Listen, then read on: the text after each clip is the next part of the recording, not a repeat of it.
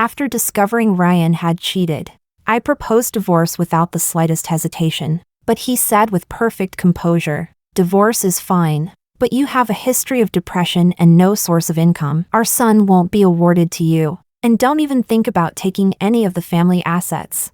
Don't try to fight a divorce lawsuit against a lawyer. You're destined to get nothing. If you don't want our son calling another woman mom, then behave yourself." Then he switched to a gentler tone. "It's normal for men to socialize outside. You have to try to accept it. I'll always come back to you. Wouldn't it be better to be a considerate, understanding wife?" Later, I took his advice and stopped asking for a divorce. I simply picked up an iron rod and beat him until his head was bleeding. When he called the police, I called over my parents, his parents, and my in-laws. While crying and making a scene, I shouted, "Oh heavens above, if I go to prison, our son won't be able to take the civil service exam in the future." Everyone urged Ryan to let it go. Couples fight at the head of the bed and make up at the foot of the bed. For the sake of the child, don't blow this up. Seeing his ashen face, I smiled brightly. "That's right, honey, a person has to listen to advice." Chapter 1. After discovering Ryan had cheated, my mind was buzzing. For the past 2 years, because our child was in poor health, I had withdrawn from the workplace and returned to the family. Back then, he had clearly sworn that he would work hard on behalf of both of us and contribute to our little family. How long had it been? And he had already cheated? And with the female secretary his firm had only recently hired. After seeing their hotel records, I printed them out and furiously threw them in Ryan's face. "Divorce. I'm never living with you again." I had always had a fiery temper and never tolerated betrayal. I just never expected that Ryan, who always acted like such a nice guy, would actually dare to fool around with women outside. Seeing me furious beyond control, Ryan was nervous for only a moment. Then he pushed up the glasses on the bridge of his nose and chuckled lightly. "Fine, divorce if you want. Anyway, after the divorce, you won't get anything." Seeing how calm and unconcerned he looked, my blood surged with anger, and I roared, "On what grounds? You're the one at fault. I want the child, and I also want most of the family assets."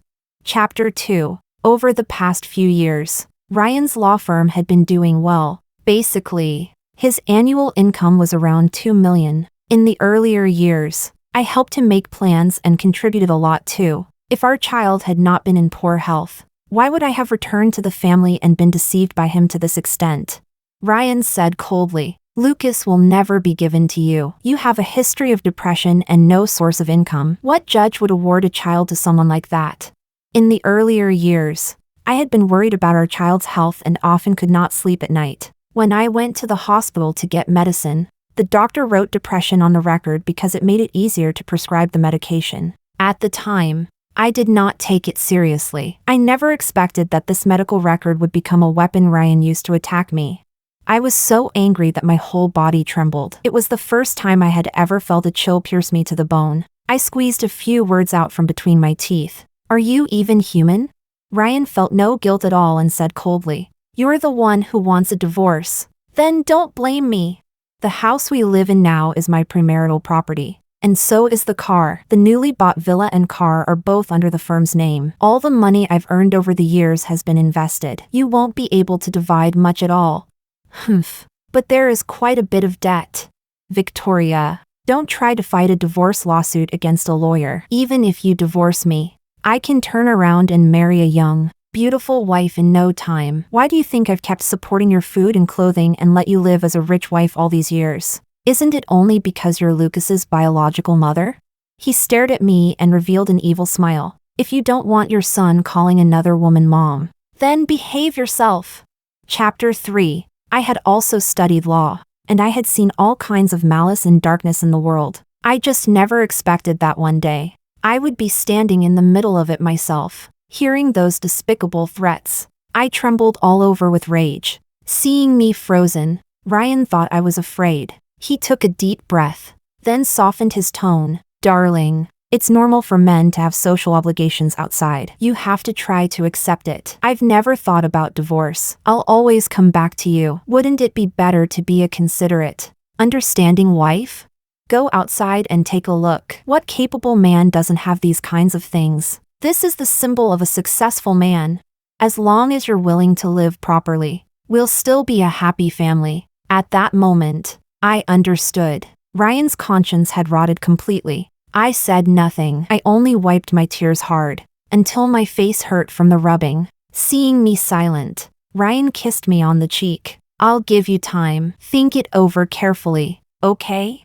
After saying that, he gave a light whistle, put on his clothes, and went out. Before leaving, he smiled and said, "Wait for me tonight. We'll go out to eat together." Our son said we haven't gone out together in a long time. Then the sound of the door closing came from the entryway. After he left, I finally could not hold back and burst into tears.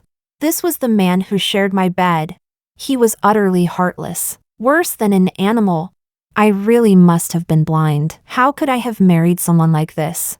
But after crying for a while, anger overcame sadness. I forced myself to calm down. Actually, over the past half a year, I had slowly realized that Ryan had changed. My friends had always told me that men turned bad once they had money, and that I had to guard against it in advance. I had always sneered at that, because I knew that when a person's heart changed, no matter what you did, you could not guard against it. But Ryan was not merely cheating. He wanted me to raise his child, take care of the family, and at the same time accept him fooling around with women outside. This person had already rotted from the root. Chapter 4. A few years ago, when Ryan was pursuing me, my father had not yet retired. He still held a little power in his department. Many people said Ryan was pursuing me for my family's connections and resources. Because back then, Ryan's conditions were ordinary. He was just a young lawyer who had only recently obtained his lawyer's license. But I was deceived by his refined and courteous appearance. I thought he had good character and ambition. In fact, his career did develop quite well. He was also flexible and knew how to fight his way upward. But my father had only been retired for 2 years, and he already started turning heartless. Starting last year, Ryan began subtly brainwashing me about how common it was for men to have multiple wives and concubines. He had a good friend named Jonathan, a so-called successful man. Jonathan's wife had given birth to 2 daughters, and their life had originally been very good. But he could not stand loneliness and went outside to find a young, beautiful woman to give him a son.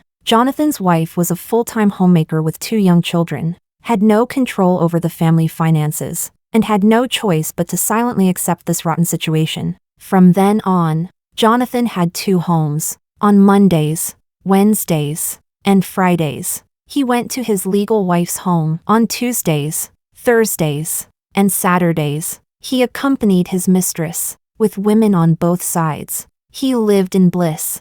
This made Ryan unbearably envious. Whenever he brought it up, he would say only capable men deserved to live the kind of life Jonathan had. At the time, I scoffed and said, "He committed bigamy, and you actually approve of it? Where did your values get twisted off to? Are you fucking short of wives or short of sons?"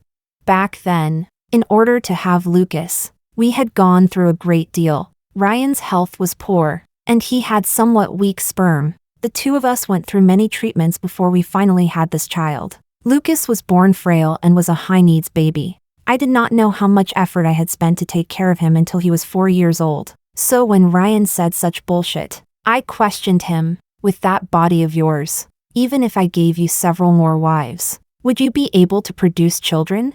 Ryan was very unhappy after hearing that. Later, he still kept muttering, "For high society, multiple wives and concubines are the norm. Monogamy is the rare thing. Look at so-and-so the gambling king, or such and such group chairman, they all have several wives." Thinking about it now, he had been plotting for a long time to keep the red flag at home standing while colorful flags flutter outside. The fact that I so easily discovered his affair with the female secretary this time might have been because he had long stopped caring whether I found out or not. If I discovered it, he would use the opportunity to completely rationalize his behavior. Then he would live the dream life of enjoying blessings from multiple women. If I could swallow this anger, I might as well be dead. I took a deep breath and clenched my fists hard, my nails digging deep into my palms. The pain made me clear-headed. You want to talk law, right? I understand law too. Chapter 5. That night, I did not wait for Ryan at home. Instead, I took my child back to my parents' home. My mother thought Ryan had gone on another business trip and happily went out to eat with my father and the child. As for me, I carefully planned my next steps. Ryan thought victory was already in his hands. Little did he know, I was not as useless as he imagined. Although I had not asked about the firm for 2 years, I had always kept track of things. I had roughly more than $2 million in private money. It mainly came from the betrothal gifts and dowry from our marriage, as well as money I had secretly saved over the years. The money was all kept with my mother. These would not be divided during divorce. Did Ryan think only he knew how to transfer assets? Actually, I had never trusted him 100% either. Who works full-time at home without keeping an extra eye open? Aside from this money, my parents were also my strong backing. I was an only daughter, and both my parents were retired civil servants. Our family was quite well off, but I knew these bargaining chips still were not enough. I wanted Ryan to fall completely into ruin and kneel to beg for mercy before I could vent this rage. Chapter 6. At 4 in the morning the next day, I left the child at my parents' home and quietly returned home alone. Sure enough, Ryan had not gotten up yet. I gently took his phone and turned around to go to the home of a friend who was skilled with computers. Help me copy everything inside, then cancel anything that can be canceled, my friend said. But some things can't be recovered once they're canceled. I smiled lightly. That's exactly what I want. Irrecoverable. Many of Ryan's clients were in his WeChat groups. As long as his WeChat account was canceled, there were some clients he would never be able to contact again in this lifetime. And that female secretary of his, Helen, didn't she like deleting WeChat chat records? This time, I would delete everything clean for you. Chapter 7. Next, I copied all the useful information from Ryan's phone, whether it was his chat records with clients or those unsightly photos and chat records between him and the mistress. I packed them all up and took them away. In the end, I stomped his phone to pieces and threw it straight into the sewer. After finishing all of this, I drove back home. After entering the house, I took out the baseball bat I used to play baseball with Lucas and placed it behind me. The moment Ryan saw me, he questioned me furiously. Where did you go yesterday? Where's Lucas? Have you seen my phone? Did you take it? Victoria, don't play tricks. His tone was extremely arrogant, as if he wanted to crush my dignity bit by bit. But I did not listen at all. I simply swung the bat fiercely at his face. With a crack, Ryan's glasses were smashed by me. Are you crazy? Ryan had a prescription of 1,000 degrees. Without his glasses, he could not see anything. Seeing him clutch his head and howl in pain, I could not help feeling delighted. Then I struck his body hard with the bat. Blow after blow. Cheating, were you? Transferring assets, were you?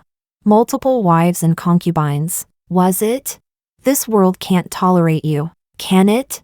As I beat him, I cursed fiercely. You bastard. Son of a bitch. Did no one ever teach you to leave others a way out, so you can still face them in the future? If you had honestly admitted to cheating and properly divided the assets, I wouldn't hate you this much. Ryan, you want to take every advantage, then kick me away? Or do you think I'll swallow humiliation and live by watching your expression? Fuck you. Let me tell you, if you want to drive someone else to death, in the end, you'll only wound the enemy 800 and lose 1,000 yourself. Chapter 8. I showed no mercy at all. I only avoided his vital areas. As for every other part of him, I used all my strength and beat him as hard as I could. I vented all my resentment and anger on him. Otherwise, this anger stuck in my chest would have made me explode. By the time I was done, I was already panting. Ryan was already bleeding from the head, lying on the ground and groaning nonstop. He was both hateful and afraid. Are you trying to kill me, Victoria? I'll make you go to prison. I'm calling the police. Just you wait. I won't let you off.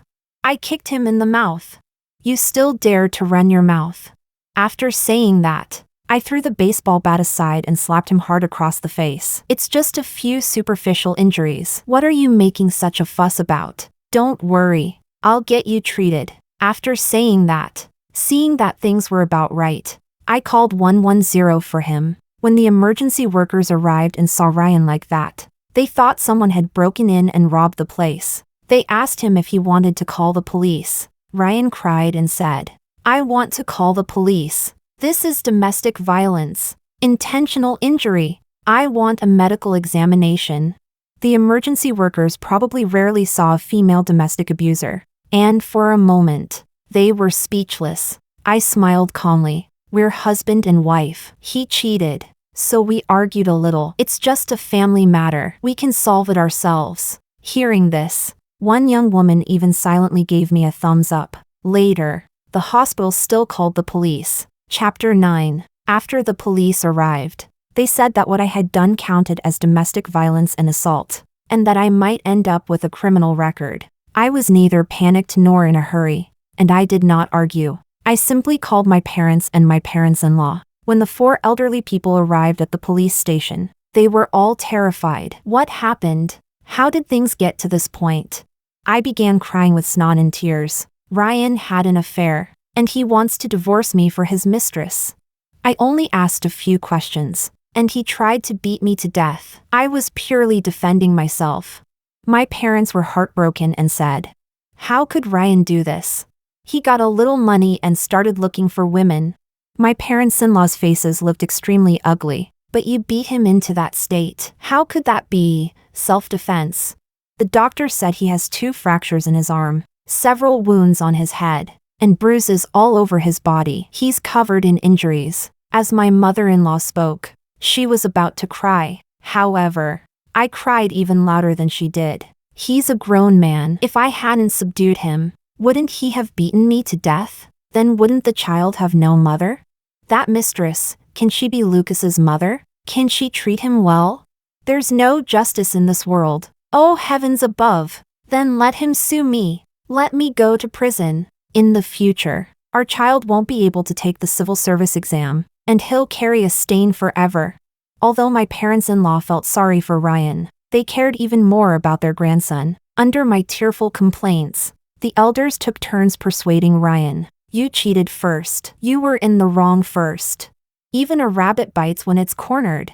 Husbands and wives quarrel at the head of the bed and make up at the foot. For the sake of the child, don't make this bigger. Ryan did not actually dare to sue me for real either, because if things blew up, it would damage his reputation. After all, he needed to keep his doors open for business. Besides, although my father had retired, many people would still give him face. So, as expected, I quickly obtained a settlement letter from my parents-in-law. Chapter 10. After leaving the police station, I went leisurely to the hospital to visit Ryan. The moment he saw me, it was as if he had seen a ghost. "Victoria, you actually dared to treat me like this. Are you a thug? Divorce. I fucking want to divorce you."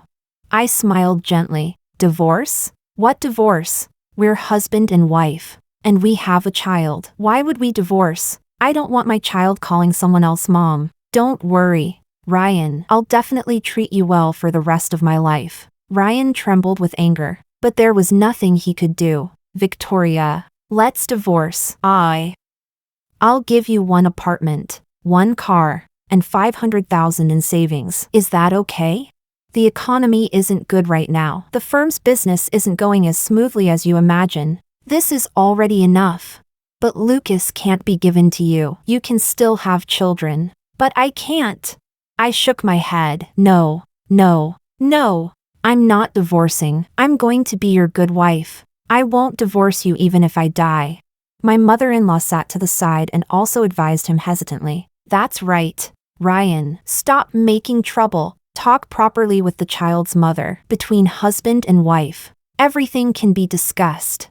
Ryan's face turned ashen. Chapter 11. Next, I came out of the hospital and carried out the second step of my plan. I printed many copies of the chat records and photos proving Ryan and Helen's affair, only covering the key terms and important body parts. Then I rented a truck, found a few close friends, and went to the entrance of Helen's home to hang a banner that read, "Taking a concubine on my husband's behalf." My friends were extremely efficient. One drove, one handed out flyers, and one used a loudspeaker to spread the news. Helen's home was in an old residential community, full of elderly men and women who loved drama. At the entrance, I cried and complained loudly, showing everyone the private photos of Ryan and the female secretary. There were also the sexy lingerie, rabbit ears, handcuffs, and so on that they had bought online. Helen truly had not had it easy either, having Ryan use so many things on her. No wonder men had affairs. If he had dared to make such requests of me,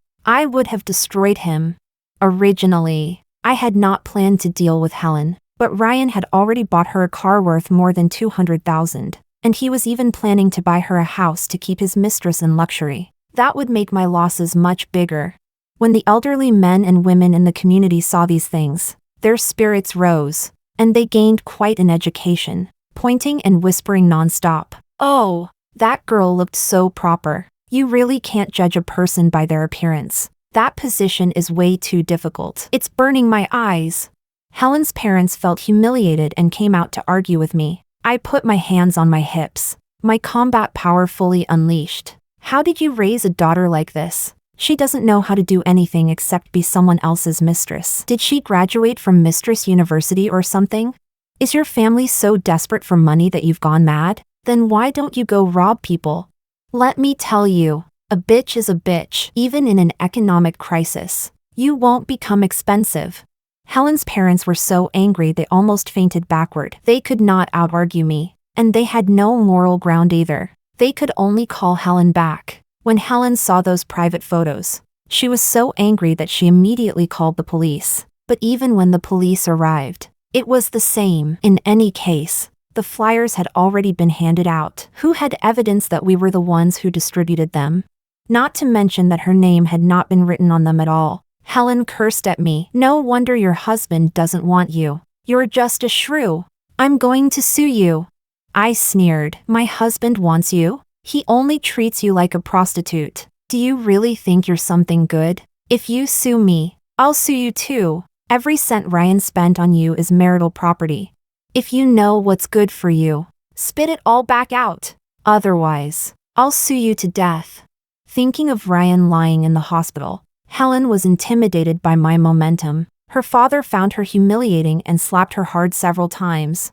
I watched from the side, perfectly satisfied. Chapter 12. Not long after, Ryan called. "Victoria, what exactly are you trying to do? I'm warning you. Stop making trouble." I smiled and said, "Ryan, weren't you the one who wanted multiple wives and concubines? I'm trying to be your good wife and take a concubine on your behalf." These were all his demands. Ryan was furious. "If you keep this up, she'll sue you." I laughed loudly. "Then sue. Go ahead and sue me. What evidence does she have?" I had not named anyone, nor had I hit anyone. What could she sue me for? This world was not one where only they understood the law. Just like today, after I made such a huge scene, Helen's reputation was definitely ruined, but she could not catch me doing anything wrong. Only physically hurting someone would make the matter blow up. But in my view, killing the heart was the cruelest move. I was even afraid of dirtying my hands by hitting her. It was said that after we finished making a scene that day, Helen's mother felt so ashamed that she almost hanged herself. Helen declared that she would definitely sue me. But in the end, Ryan still managed to pacify her. That was right. As long as I had a criminal record, the one who would suffer would be the child. My in-laws also advised him, "It's not worth it for a woman outside.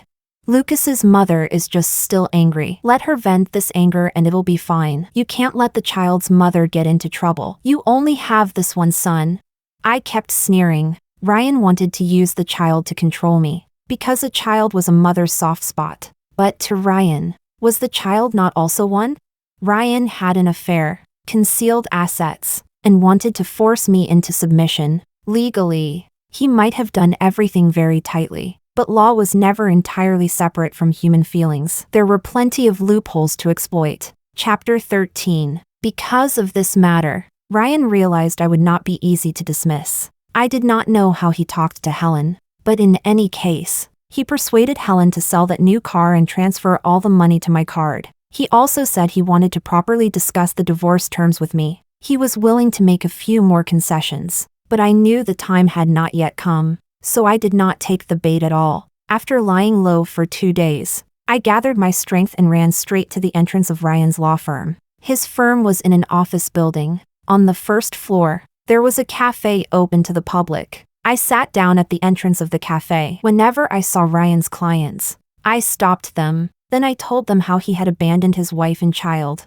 hidden assets, and had an affair with a mistress. While I was at it, I showed them the photos. I gave my youth and everything to give birth to his child and take care of the family. He found a mistress outside, transferred all the assets, and even wants to make me leave with nothing. This person isn't just morally corrupt, he's utterly devoid of conscience. How dare you hire a lawyer like this? Aren't you afraid of being cheated? He has no morals toward the wife beside him. Do you think he'll have morals toward you? Faced with this situation, no one wanted to get involved in such a mess. Quite a few people turned and left after hearing only a few sentences. After receiving the news, Ryan could not even care about recovering from his injuries at home. Limping and furious, he came to stop me. Victoria, what exactly are you trying to do? You're maliciously disrupting the normal operation of the firm. This is illegal. I sneered and said to the cafe owner, I bought coffee. I'm allowed to sit here, right? The cafe owner said awkwardly, Oh, of course you can. I smiled lightly. Did you hear that? I'm sitting here and chatting with passers-by. What mistake have I made? Which law have I broken? What I'm telling them, that you abandoned your wife and child and concealed assets, is all true. If you have any problem with it, go sue me. After all, you're a lawyer, aren't you? Ryan had no reply. Breathing heavily, he said to the two young male lawyers behind him, You two, drag her out. The two male lawyers looked troubled, but they had no choice but to obey. They walked over and tried to persuade me. Sis-in-law, go home first. If there's anything, discuss it at home, I shouted loudly. If you dare touch me even once, I'll call the police immediately.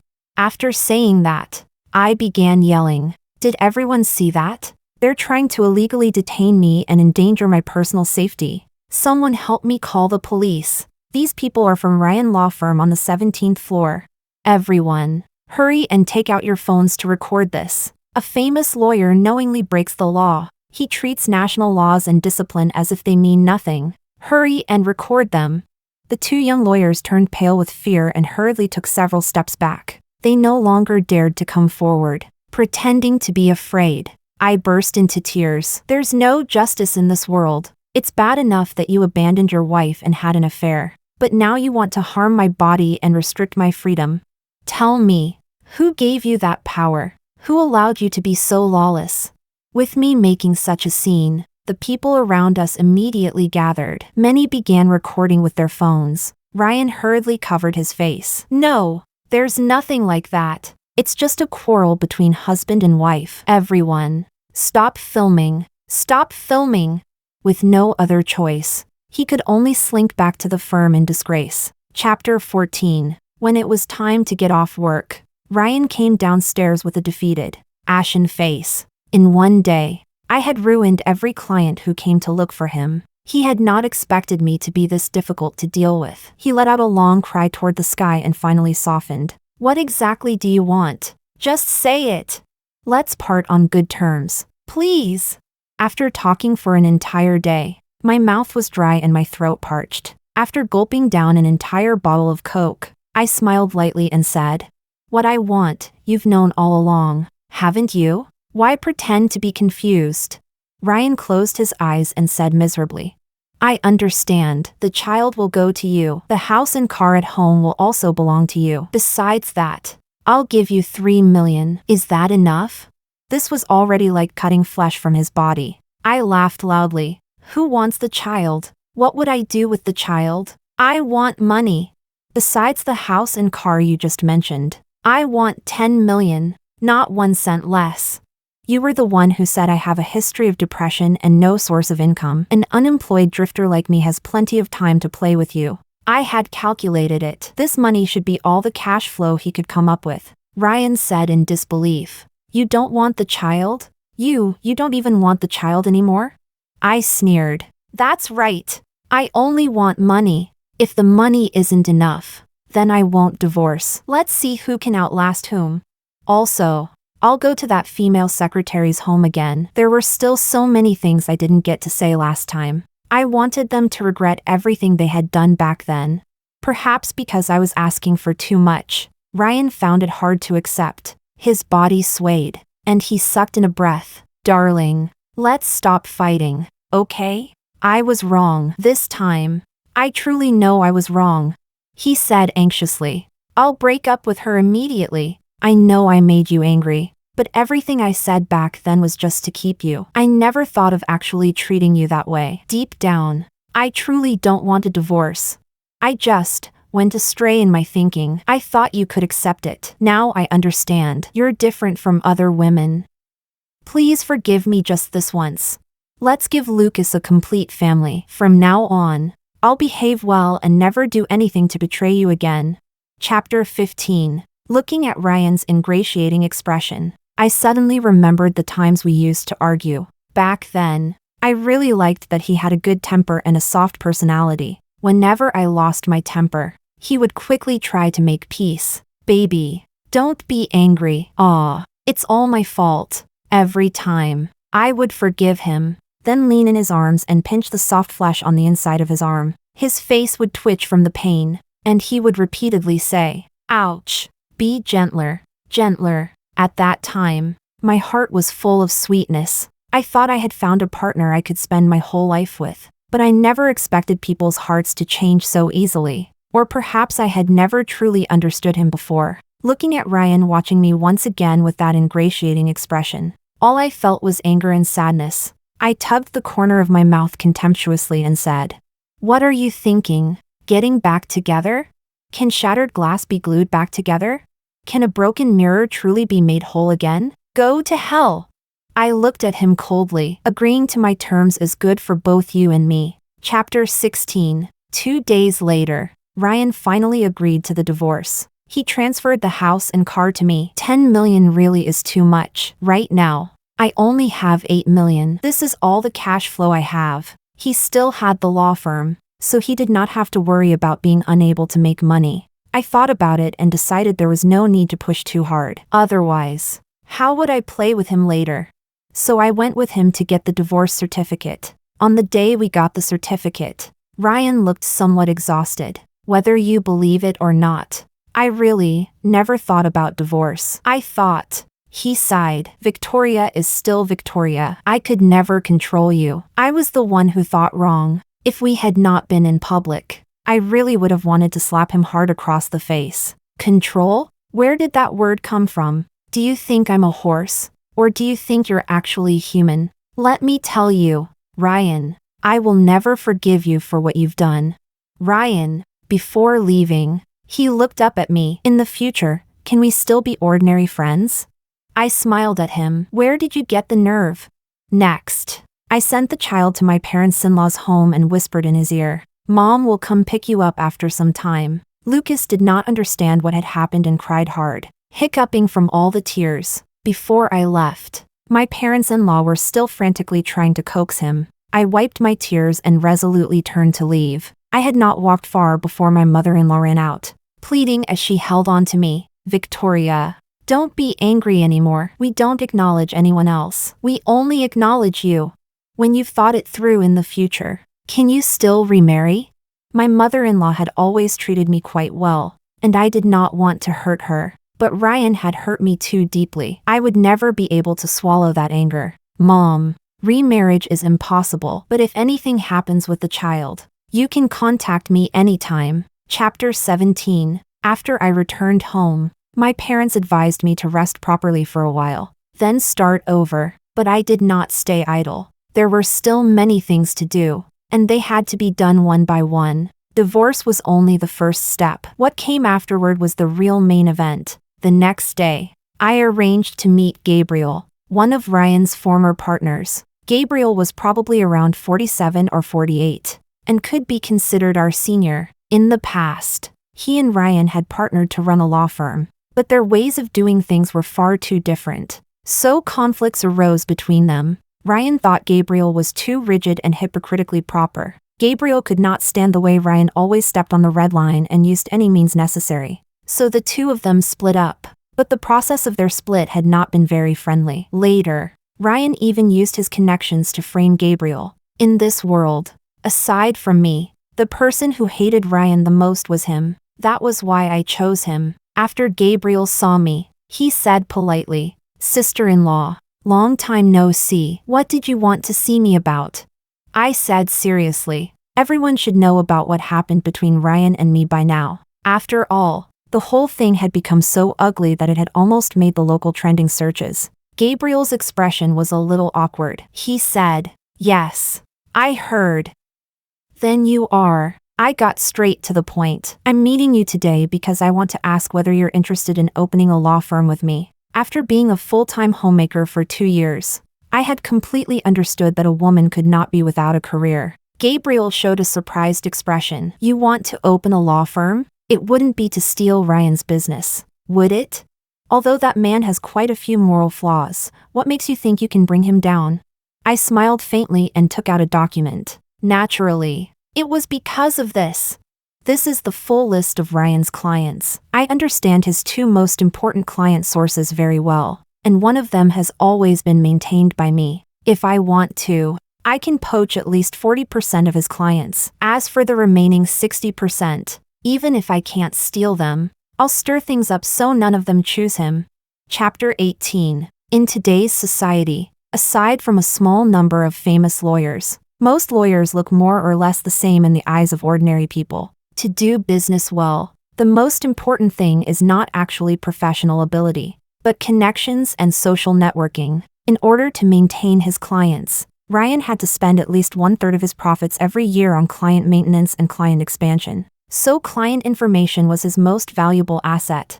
This information was something I had organized and collected based on my memory, as well as Ryan's chat records. The laughable thing was that part of it even came from my father's connections. Gabriel looked surprised. He flipped through the client information again and again, then said in a low voice, "Ryan really brought destruction upon himself this time." Exactly. He thought that just because my father had retired and I was at home taking care of the child, he could look down on me and treat me however he wanted.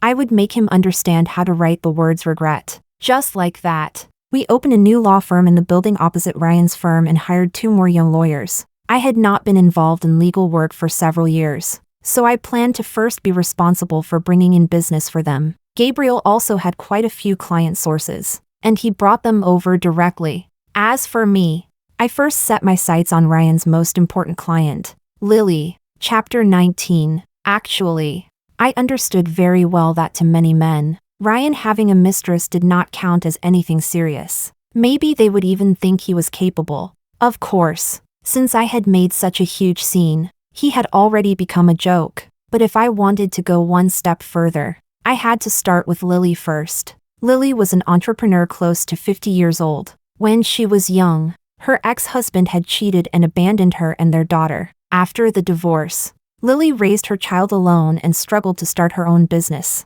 gritting her teeth until she finally made a name for herself. How could a person like that possibly look favorably on someone like Ryan?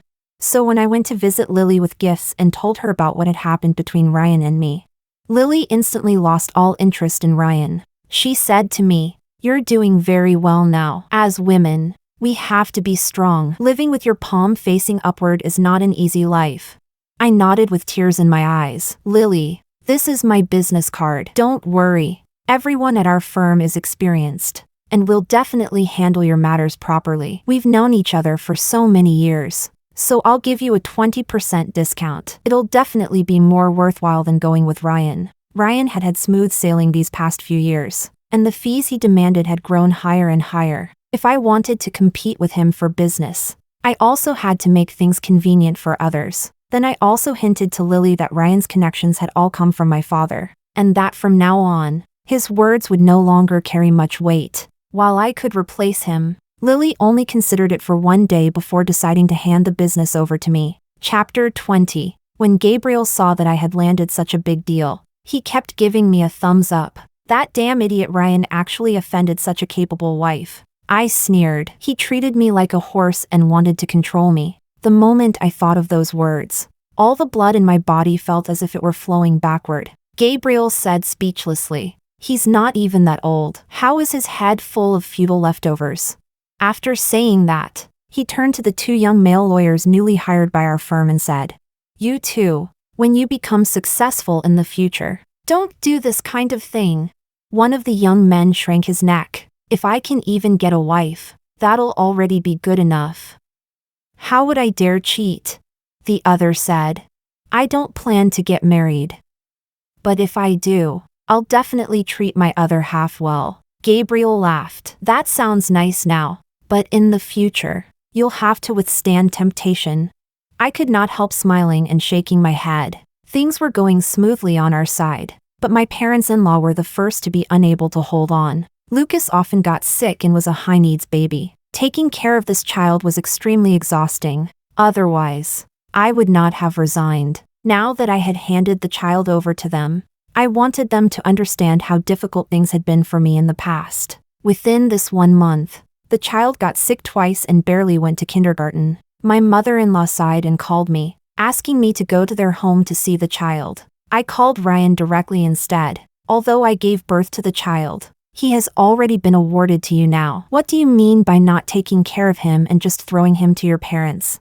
Ryan stammered and could not say anything. He had grown used to me arranging all household matters neatly and properly, so he never had to worry about anything. But now, whenever he went home, he had to face a crying child who would not stop and parents whose faces were full of blame. After all, if he had not cheated and caused such a scene, my parents-in-law would still be enjoying their peaceful retirement. With no other choice, Ryan could only spend money to hire a nanny, and he even wanted to arrange for Helen to take care of Lucas. "In the future, when you marry me, you'll have to accept the child too. Just treat this as cultivating your relationship in advance." Helen was only in her 20s. How could she possibly be a stepmother to a child?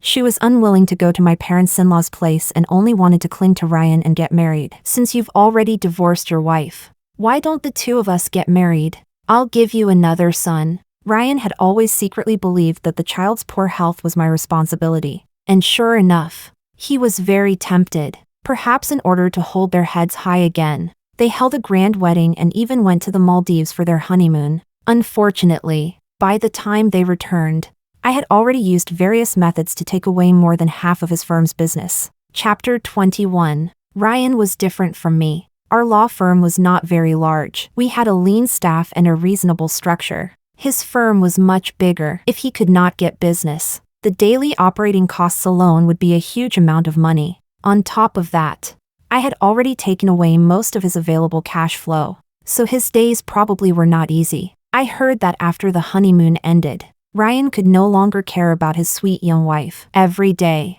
he was so busy running around trying to pull in business that he nearly drank himself into a stomach perforation. Even so, he managed to win back some clients. Ryan called me smugly. "You want to bring me down? It won't be that easy.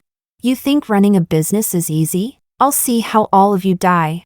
Gabriel said angrily. "Looks like bringing him down won't be something that happens overnight." I said softly, "Let the bullet fly for a while." My next move was already prepared. I was only afraid he would not be able to withstand it. A few days later, an extremely unexpected guest came to the firm, Jonathan's wife. In the past, we had only met a few times and had no real friendship. Every time I saw her timid and submissive appearance, I felt uncomfortable inside. This time, when she came to see me, I was somewhat surprised. "Sister-in-law, are you trying to get a divorce?" she said. "Sister-in-law, during this period, I heard about what happened between you and Ryan. It really made me feel a lot." She sighed softly. "All these years, I kept enduring it. I said it was for the sake of the two children, but actually, it was because I didn't dare leave their father. I don't have any skills, and I don't have much ability. I was afraid that after falling out with him, I would never be able to live a good life again, and that the children would suffer along with me." After saying that, she finally raised her head and straightened her back. "But if the children continue staying in an abnormal family like ours, they'll be ruined in the future. I'm a person too. I don't want to endure it anymore." I held her hand. "All right, I'll help you handle this." Chapter 22. Jonathan's representing lawyer was Ryan. It was the first time the two of us had met in this kind of opposing position. Although Ryan very much did not want to see me, he still forced himself to say, "If it's a divorce, Jonathan can only pay child support for one child, $2,000 a month. There's nothing else he can do." I smiled. Ryan's expression turned a little awkward. "What are you laughing at?"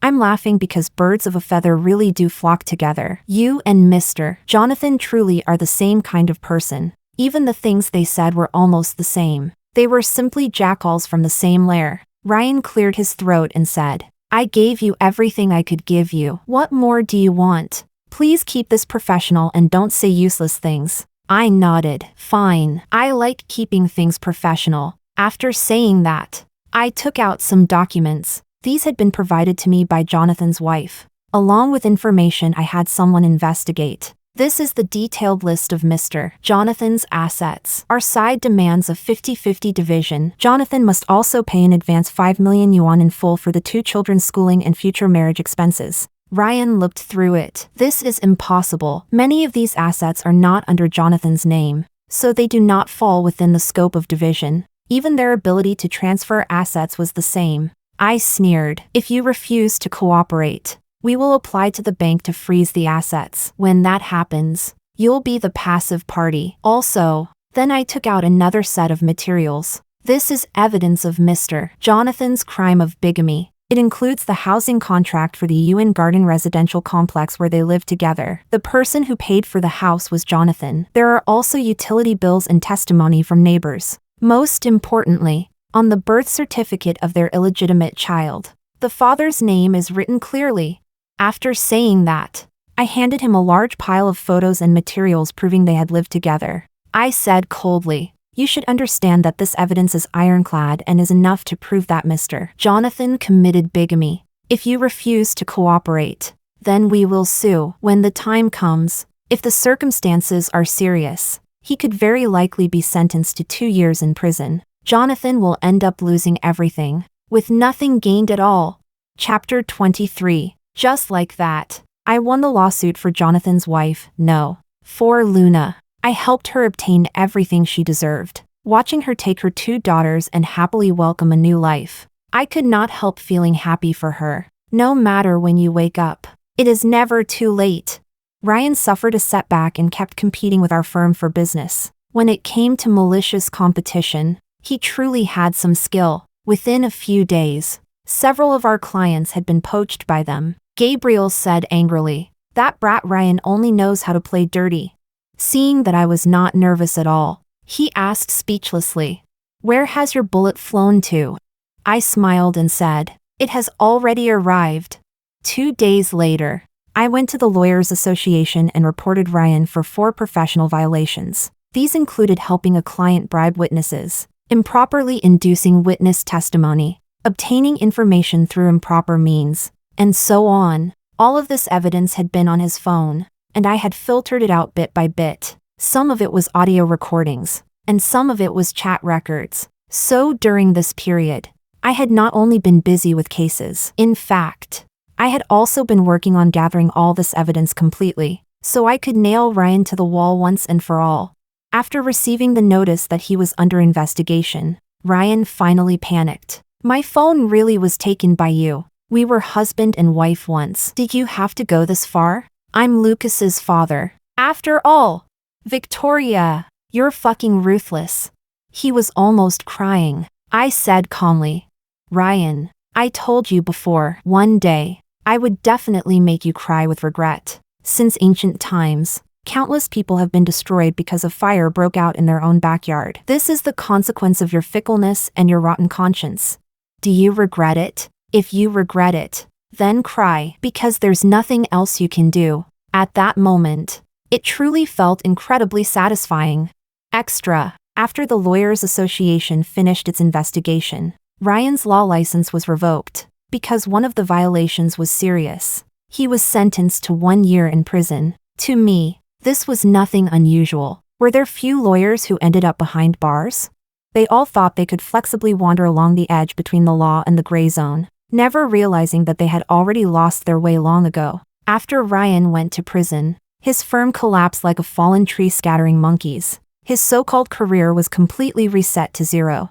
I took the opportunity to seize all of his client resources. At the same time, to make matters worse, Helen gave birth to a child with disabilities. It was said that the child faced enormous medical expenses from birth. My parents-in-law came to beg me, and I refused without the slightest politeness. Helen was still young, yet she had given birth to a sick child, and her husband had gone to prison. Whether she regretted it or not, I did not know. In any case, my parents-in-law regretted it so much their guts turned green. I took the opportunity to regain custody of Lucas. The moment I held my child's hand and walked out of their home, I felt lighter than I ever had before. At this point, I had finally vented all my anger. I could finally let everything go. Lucas, did you miss Mommy? Yes, I missed Mommy the most. Come on, let's go to the amusement park. Let's ride the carousel. Okay. Lucas wants to be with Mommy, forever and ever. From now on, if anyone says women cannot balance family and career, I will sew their mouth shut. I want a family, and I want a career. I want everything. Because I can afford to have it all.